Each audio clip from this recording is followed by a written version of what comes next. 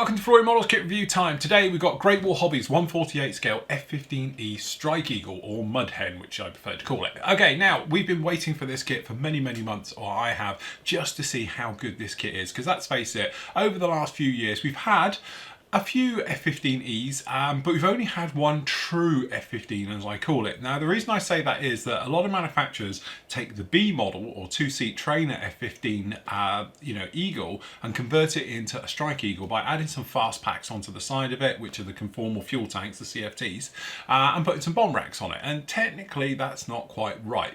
The F-15E is its own aircraft. Now, we all know it's manufactured as a derivative from the B, but a lot of manufacturers seem to take the shortcut of thinking, well, that's all right, we can just chuck a few things into it. So really, the only standalone one that I knew that was out there was actually Revell's kit, and to be honest, I still think it's probably Revell's best 148 scale aircraft model kit they've ever done, because to be honest, it's a really nice kit. A couple of little fit issues and things with it, but actually the detail on it was light years ahead, and it's almost like, you know, that was the high point as far as I'm concerned of the kits that they've done. The Rafale is a very nice kit as well. And then after that, they're all sort of mediocre, and it was a shame they didn't push on with that. But anyway, other manufacturers went down that road. So we've got obviously Academy's one, Hasegawa did it, various other manufacturers. So it's not true ones. So it's really nice to see that Great Wall Hobbies have actually done something about it. So what we've got down here is the E version, which is again taken originally from their B version, and they've done it, but hopefully they've done it in the correct way with all the lumps and bumps we'd expect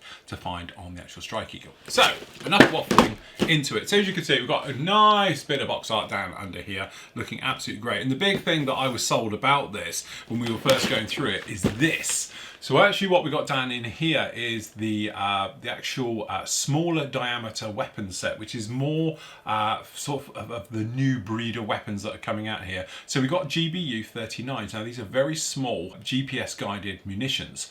Okay, so instead of talking about, you know, 1,000-pound bombs or sort of 500-pound bombs, these are smaller 250 and 150-pound bombs. Also down in here, another nice touch, which you don't see in a lot of them, is the sniper pod. Okay, so this is the 33 sniper pod in the standard lightning pod, which was pretty much fitted to all the other kits that are out there. So anyway, and also we get a nice bit of photo etch and nice markings as well. Okay, so your kit number for this one is 4822. Okay, and a look around on here, we can see we've got one of the Lake and Heath Mud Hens as well that are based here in the UK. So without further ado, now to be honest with you, as all my reviews, I have not looked in this box before. I haven't been around the internet to see what everybody else says, because the review is my review and not one that's been swayed by somebody else. So straight off the bat, we can see we've got various bags thrown in amongst here. Smaller bags, as you can see. We've got some weapons in a different type of bag. A canopy, which I would like to have seen a little bit of protected than that. Okay, and then obviously we can bung these all out of the way. Okay, desperately trying to get down to, and here it is, the instructions and things. Okay, so originally I was going to do a toe-to-toe review with the Revell kit against this one, but actually I think we need to look at this kit under its own merits than do a direct comparison between the two. So first of all, that strikes me is we've got a lot of plastic in here for the money. We've got some different ways of doing some of their sheets. So as you can see, instead of this being part of your actual instructions, you can see down in here what we've actually got is the parts call out. Now we've got lots of areas greyed out, which is telling me this is actually, they're looking at the B with added parts. So, you know, the thing is, I'm looking down in here is obviously the weapon one is not going to be used, because obviously it's got air-to-air weapons down in here, and various other things that are dotted around in here, which is a shame, because I was hoping it would be more. But don't forget, the actual kit itself is its own one and was a derivative from the F-15, so I think that's what they're going through with it. So down in here we have a, okay, that's an interesting way, staples not included. Okay, fair enough. Let's have a look and a quick flick through the instructions. So nice to see we've got some colour reference shots just down in here as well, so that's a nice touch. Seat, cockpit, usual thing in part one. All those parts going together, and then obviously that makes up your nose wheel well on the underside as well. Again, quite nice that we've got the parts call-outs just down in here as well. Okay, these go in. It looks like it's quite, you know, not full on colour call-outs right the way through, but there is a few down in here. Okay, we are talking about adding some weight down in the nose, so you are going to need a little bit of note in here. It's talking about putting some weight perhaps down behind the cockpit and then in front of the cockpit. One of the nice touches with these kits is obviously we've got fully internal detail with the actual electronics and radar at the front, okay, and we can have the actual nose open if you wanted to, or in the closed position. So very sort of reminiscent of the Hasegawa type kits and things like that, okay. Full length intakes, again, a very nice touch as well, and then obviously opening up all the holes underneath for obviously the targeting pods, things like that down on there as well. We've got photo etch, which is parts is going to make up your actual ones for the slime lines or the formation lights on the outside as well. Some very nice detailed information you can probably see down in here, talking about 0.5mm and 0.7mm to get your correct alignments and things like that as that one goes down and in. Interesting to see how we got the wing section is all fitting down onto this one, so it sort of clips up underneath some big areas. Hopefully there'll be a nice fit just down in there like that.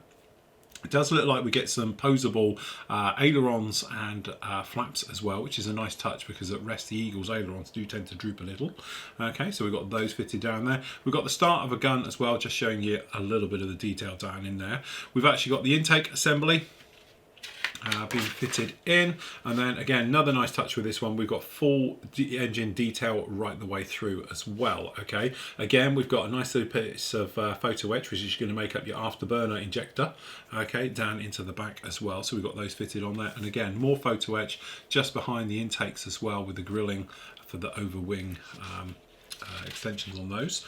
Okay, front end being fitted, as we know it's modular, okay, and then the back part being fitted in pretty much standard to them all. Intakes being fitted down in there as well, so you have got a choice of intakes if you're going to have it in the droop position or the up position as well. A little bit of photo etch going down at the back because this one has the flared off edge instead of going down to a point. Engines being slotted straight up in the back, so obviously there's no room to see those once they're in. Canopy up or down, speed brake, usual things.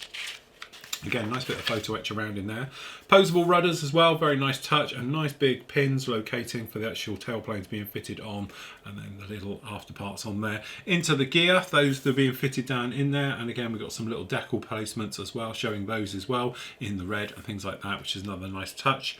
And then usual parts all being fitted down into this. So really what at this point it looks like you're making a B. Okay, we've got the bulge doors obviously for the F-15, and again this is one of those things, the main gear door is shut even if it is gear down, so obviously you know it does give the option to have them open, but the reality is they would be shut. Again, nice to see these nice little colour photos right the way through on this one. Okay, and then we're on to the actual the CFDs, or the conformal fuel tanks, being fitted onto the outside. So we've got those being fitted on there, and obviously we've got all the pylons for your hard points being fitted on there, the air scoop, things like that. We've got the arrestor hook going down at the back, and then obviously the actual loadout system for it. So we got usual things as you imagine just down on here. We got the AAQ-13 pod being fitted on one side, and then we'll have the sniper pod going into the other side, and then obviously we're talking about the small diameter bomb sets being fitted in those and then fitted up underneath just like that. Okay, and then again nice high good detail as well, pointing out for the actual placement of the decals for all of these going on there, and again very nice for the actual weapons, nice colour settings down there as well. And then last but no means least, just obviously calling out the weapons placements on there just like that. And I have to say, really nice. Things that stood out to me during that is obviously full detail, full intake system as well. Very nice indeed. Okay, colour call-outs. Grey, gunship grey. That was easy. Right, okay, well it is an Eagle after all. Okay, now it's quite modular. So what we'll do is I think we'll start just down in the back here. Okay, so let me pop this over here. So starting off with what strikes me straight away, we've got beautiful riveting detail, a lot nicer than obviously that is on the Revel one, because the Revel one does have obviously detail running across it, but it doesn't quite have the level of detail as this one has got. Again, so again looking very, very nice indeed. So if we run around on the close-up, we can see, catch it in the light there, really nice. Just these pylons up here, nice level of detail on all of those. And then looking over that wing surface, we've got the access ports and hatches just down there like that. Control surfaces obviously not, and obviously down the back end, really some very nice details. Catching it in the light, you can see it glistening through. That's going to take a wash absolutely lovely, which is the nice thing about the Eagle, because to be honest, it's just going to be gunship grey right the way over. There isn't going to be much to see in there. Nicely finished off on the underside, and that standard sort of way. Sometimes it can be a little bit annoying with these just to fit in and get in. Again, nice big location areas for this right the way through. So again, that's actually very nice indeed. We'll just stand these down in here like that. Okay, so then we just work our way systematically through. Okay, so looking at the underside of the wings, this is the way this one goes together. Again, it seems very good, solid, crispy plastic as well, which means very little chance of sink marks and things like that down in there. And then again, if we're looking in here, you can see very nice details down in. He's catching it in the light. We've got these after sides, the gear doors, the speed brake. No real sign of sink marks that I can see on here. Speed brake, again, nice little touch, but we have got a couple of ejector pins just in there on the underside if you are going to be showing it open. Nice to see we've got the tail planes with the raised and recessed details on those as well for these strengthening bars going in. Again, both sides as well. The good solid plastic injection on this one.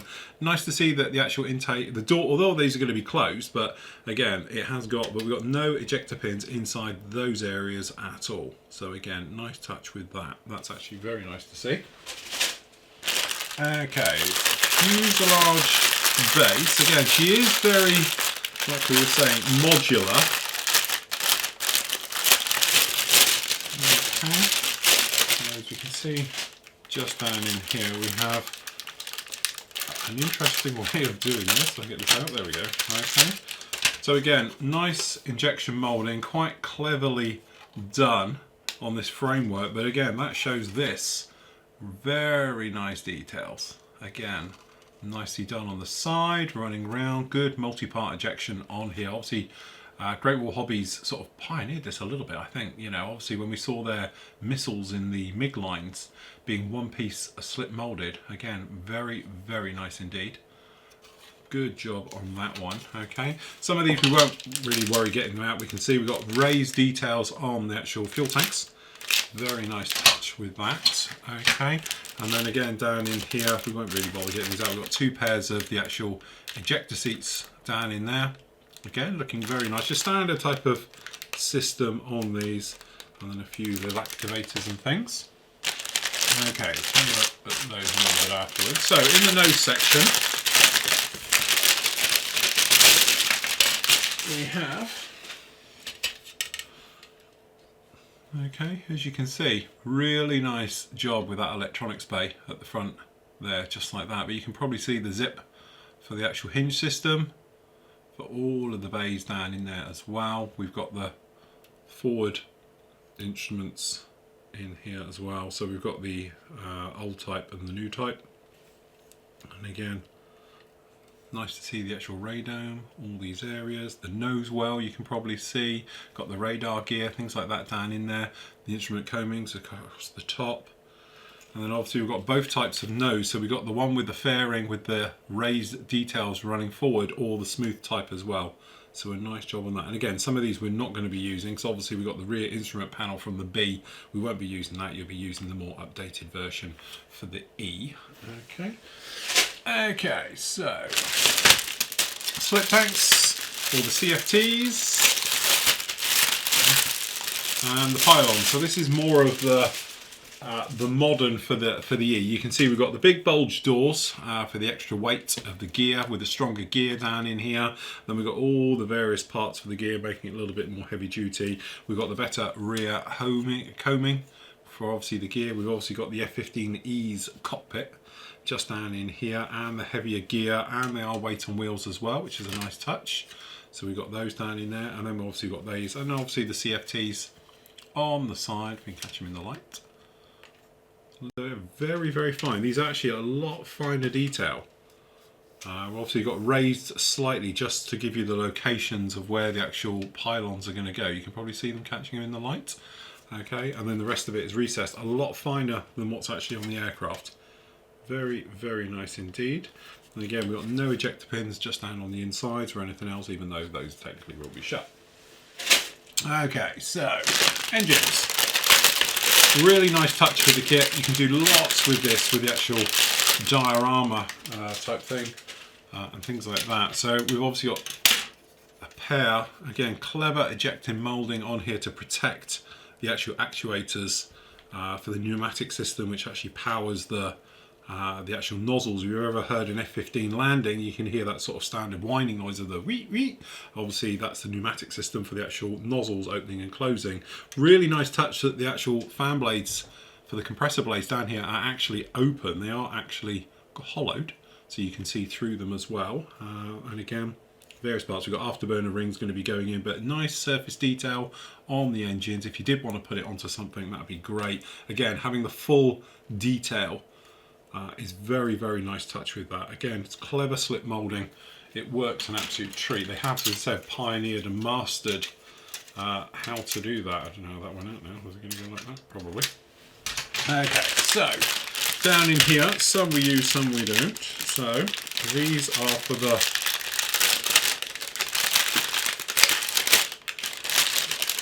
ones. Okay, so down in here we've got the various things for the sides of the cockpit wall. We've got the proper F-15E triple screened front panel and 4 or quad screened rear. Obviously you've got the sway braces down there for the weapons, the coaming, the newer improved heavyweight gear and nose gear as well, and the improved front coaming. Again, very nicely done indeed. We've got the night pod, and then obviously we've got these engine nozzles, and obviously we've got these got the reinforcement plates on them. That's the difference between the flaps and the actual ailerons. Have got the reinforcement points. There we go, just down in there as well. So again, very, very nice indeed. Okay, so I don't think we really need to get these out. These are obviously the full length intakes. Okay, and obviously we've got the actual intake areas as well. Okay, that's weapons. Okay, so we've got, this is the standard lightning targeting pod. I do believe on that one, which is the rounded one.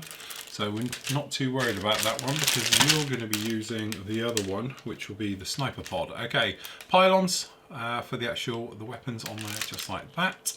For the outer pylons, that's pretty straightforward. Okay, this is the one we wanted to see. So this then has your sniper pod and your improved air-to-air weapons fit for this one. So we've got your standard AMRAAMs, again one piece, so you don't have to worry about putting the fins on. And again we've got some sidewinders, and we've got the Sidewinder X, or the advanced Sidewinder. Okay, and then obviously we've got the weapons fit just down in here as well, so that's all very nice as well. The GWH, again, very nice standard fit with that one. And then just down in here, a little bit different this one because it's in a different bag. So we have, still looking, there we go, there it is. There's your sniper pod. So this is the extra one, sniper pod in there just like that. Okay, we've got the better, the launch rails and the various things for the smaller diameter weapons, which is what these are, multiple packs of those. And then we've actually got the weapons themselves with the fins just like that. So we've got 2 packs of that down in there, and then we've got your glass work for the sniper pod on there. So that's pretty cool. Okay, and then last up we've actually got